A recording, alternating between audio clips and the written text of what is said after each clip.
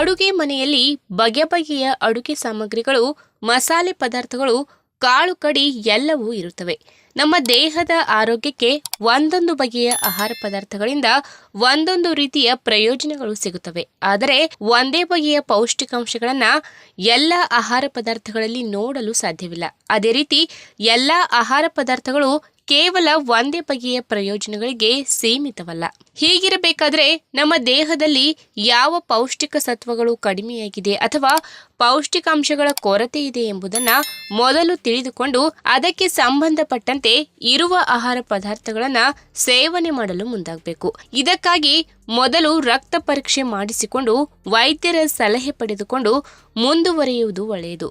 ಒಂದು ವೇಳೆ ವೈದ್ಯರು ಅಥವಾ ದೈಹಿಕ ಸ್ವಾಸ್ಥ್ಯ ತಜ್ಞರು ನಿಮ್ಮ ದೇಹಕ್ಕೆ ಕಬ್ಬಿಣದ ಅಂಶದ ಕೊರತೆ ಅಥವಾ ಪ್ರೋಟೀನ್ ಅಂಶದ ಕೊರತೆ ಇರುವ ಕಾರಣ ಸರಿಯಾದ ದೈಹಿಕ ಸದೃಢತೆ ನಿಮಗೆ ಗೊತ್ತಿಲ್ಲ ಮತ್ತು ಇದೇ ಕಾರಣದಿಂದ ಆಗಾಗ ಆಯಾಸದಿಂದ ಬಳಲುತ್ತೀರಿ ಎಂದು ಮಾಹಿತಿ ಕೊಟ್ಟರೆ ತಕ್ಷಣವೇ ನೀವು ಕಪ್ಪು ಬಣ್ಣದ ಕಡಲೆಕಾಳು ಸೇವನೆ ಮಾಡಲು ಮುಂದಾಗಬಹುದು. ಹಾಗಾದ್ರೆ ಕಪ್ಪು ಕಡಲೆಕಾಳು ಸೇವನೆಯಿಂದ ಸಿಗುವಂತಹ ಆರೋಗ್ಯದ ಪ್ರಯೋಜನಗಳ ಬಗ್ಗೆ ಇವತ್ತಿನ ವಿಡಿಯೋ ಮುಖಾಂತರ ತಿಳಿದುಕೊಳ್ಳೋಣ. ಅದಕ್ಕಿಂತ ಮುಂಚೆ ನೀವಿನ್ನೂ ನನ್ನ ಚಾನಲ್ಗೆ ಸಬ್ಸ್ಕ್ರೈಬ್ ಆಗಿಲ್ಲ ಅಂದ್ರೆ ಪ್ಲೀಸ್ ಸಬ್ಸ್ಕ್ರೈಬ್ ಮಾಡ್ಕೊಳ್ಳಿ, ಹಾಗೆ ಪಕ್ಕದಲ್ಲೇ ಇರುವಂತಹ ಬೆಲ್ ಐಕನ್ ಕ್ಲಿಕ್ ಮಾಡಿ. ನೀವು ಒಂದು ವೇಳೆ ನಿಮ್ಮ ದೇಹದ ಗ್ಲೈಸೆಮಿಕ್ ಸೂಚ್ಯಂಕವನ್ನ ಅಂದ್ರೆ ಮಧುಮೇಹವನ್ನ ಸರಿಯಾಗಿ ನಿಯಂತ್ರಣ ಮಾಡಿಕೊಳ್ಳಬೇಕು, ನಿಮ್ಮ ದೇಹದ ಜೀರ್ಣಶಕ್ತಿ ಹೆಚ್ಚಿಸಿಕೊಳ್ಳಬೇಕು ಎಂದು ಅಂದುಕೊಂಡರೆ ನಾರಿನ ಅಂಶ ಹೆಚ್ಚಾಗಿರುವ ಕಪ್ಪು ಕಡಲೆಕಾಳು ಸೇವನೆಗೆ ಮುಂದಾಗಬಹುದು. ಏಕೆಂದರೆ ಇದರಲ್ಲಿ ಕರಗುವ ನಾರಿನ ಅಂಶ ಹೆಚ್ಚಾಗಿರುವುದರಿಂದ ನಿಮ್ಮ ದೇಹದಲ್ಲಿ ಕಂಡುಬರುವ ಕೆಟ್ಟ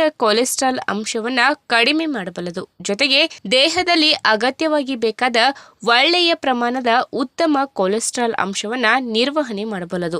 ಅಷ್ಟೇ ಅಲ್ಲದೆ ಕಪ್ಪು ಕಡಲೆಕಾಳುಗಳಲ್ಲಿ ಕಂಡುಬರುವ ಕಾರ್ಬೋಹೈಡ್ರೇಟ್ ಅಂಶ ನಿಮ್ಮ ದೇಹದಲ್ಲಿ ಬಹಳ ಬೇಗನೆ ಜೀರ್ಣವಾಗುವುದರಿಂದ ನಿಮ್ಮ ರಕ್ತದಲ್ಲಿನ ಸಕ್ಕರೆ ಪ್ರಮಾಣ ಅಚ್ಚುಕಟ್ಟಾಗಿ ನಿರ್ವಹಣೆ ಆಗಬಲ್ಲದು. ಇದರಿಂದ ನಿಮ್ಮ ಇನ್ಸುಲಿನ್ ಪ್ರತಿರೋಧ ಕೂಡ ನಿವಾರಣೆಯಾಗಿ ನೀವು ಮಧುಮೇಹ ಹೊಂದುವ ಸಾಧ್ಯತೆ ಕಡಿಮೆ ಇರುತ್ತದೆ.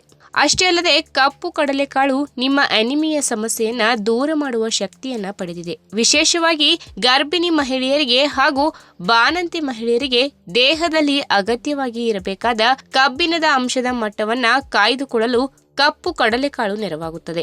ಗರ್ಭಿಣಿ ಮಹಿಳೆಯರ ದೇಹದಲ್ಲಿ ಹಿಮೋಗ್ಲೋಬಿನ್ ಅಂಶದ ಮಟ್ಟ ಹೆಚ್ಚಿನ ಪಾತ್ರ ವಹಿಸುತ್ತದೆ. ಇದು ಶ್ವಾಸಕೋಶದಿಂದ ದೇಹದ ಎಲ್ಲ ಭಾಗಗಳಿಗೆ ಆಮ್ಲಜನಕವನ್ನ ಪೂರೈಕೆ ಮಾಡಲು ನೆರವಾಗುತ್ತದೆ. ಪ್ರತಿಯೊಂದು ಜೀವಕೋಶ ಕೂಡ ಸಮರ್ಪಕವಾದ ಆಮ್ಲಜನಕವನ್ನ ಪಡೆದುಕೊಳ್ಳುವುದರಿಂದ ದೇಹ ಸದೃಢತೆಯಿಂದ ಕೂಡಿರುತ್ತದೆ.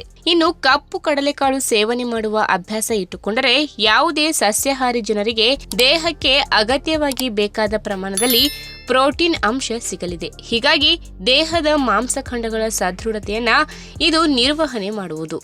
ಇನ್ನು ಕಪ್ಪು ಕಡಲೆಕಾಳುಗಳಲ್ಲಿ ಕಂಡುಬರುವ ನಾರಿನ ಅಂಶ ನಿಮ್ಮ ದೇಹದ ಮಲಬದ್ಧತೆ ಸಮಸ್ಯೆಯನ್ನ ಸರಿಪಡಿಸುತ್ತದೆ. ಮುಖ್ಯವಾಗಿ ನಿಮ್ಮ ಕರುಳಿನ ಭಾಗದ ಸ್ವಚ್ಛತೆಯನ್ನ ಕಾಯ್ದುಕೊಳ್ಳುವುದರ ಜೊತೆಗೆ ಅತ್ಯುತ್ತಮವಾದ ಜೀರ್ಣಾಂಗ ವ್ಯವಸ್ಥೆಯನ್ನ ಪಡೆಯಲು ಅನುಕೂಲ ಮಾಡಿಕೊಡುತ್ತದೆ. ಇದಕ್ಕಾಗಿ ಕಡಲೆಕಾಳುಗಳನ್ನ ರಾತ್ರಿಯ ಸಮಯದಲ್ಲಿ ನೆನೆ ಹಾಕಿ ಬೆಳಗಿನ ಸಮಯದಲ್ಲಿ ಅದಕ್ಕೆ ಸ್ವಲ್ಪ ಶುಂಠಿ ಪುಡಿ ಮತ್ತು ಜೀರಿಗೆ ಪುಡಿ ಮಿಶ್ರಣ ಮಾಡಿ ನೀರಿನ ಜೊತೆ ಸೇವನೆ ಮಾಡುವ ಅಭ್ಯಾಸ ಮಾಡಿಕೊಳ್ಬೇಕು.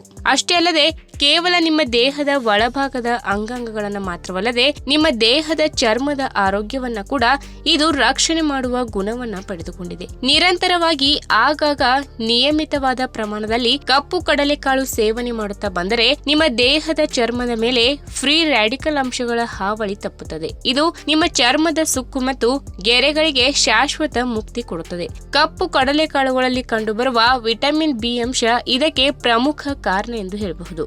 ಇನ್ನು ಕಡಲೆಕಾಳುಗಳಲ್ಲಿ ಮ್ಯಾಂಗನೀಸ್ ಅಂಶದ ಪ್ರಮಾಣ ಹೆಚ್ಚಾಗಿ ಕಂಡುಬರುವುದರಿಂದ ಮತ್ತು ನಿಮ್ಮ ದೇಹದಲ್ಲಿ ಒಂದು ವೇಳೆ ಮ್ಯಾಂಗನೀಸ್ ಅಂಶದ ಕೊರತೆಯಿಂದ ತಲೆ ಕೂದಲು ಉದುರುತ್ತಿದ್ದರೆ ನೀವು ಕಡಲೆಕಾಳು ಸೇವನೆಯನ್ನ ಅಭ್ಯಾಸ ಮಾಡಿಕೊಂಡು ಈ ಸಮಸ್ಯೆಯನ್ನ ಕಡಿಮೆ ಮಾಡಿಕೊಳ್ಳಬಹುದು. ಇದರಲ್ಲಿ ಪ್ರೋಟೀನ್ ಅಂಶ ಕೂಡ ಹೆಚ್ಚಾಗಿರುವುದರಿಂದ ತಲೆ ಕೂದಲಿನ ಬೇರುಗಳಿಗೆ ಅಗತ್ಯವಾಗಿ ಬೇಕಾದ ಸಾಕಷ್ಟು ಬಗೆಯ ಪೌಷ್ಟಿಕ ಸತ್ವಗಳು ಕಡಲೆಕಾಳುಗಳಲ್ಲಿ ಸಿಗಲಿವೆ.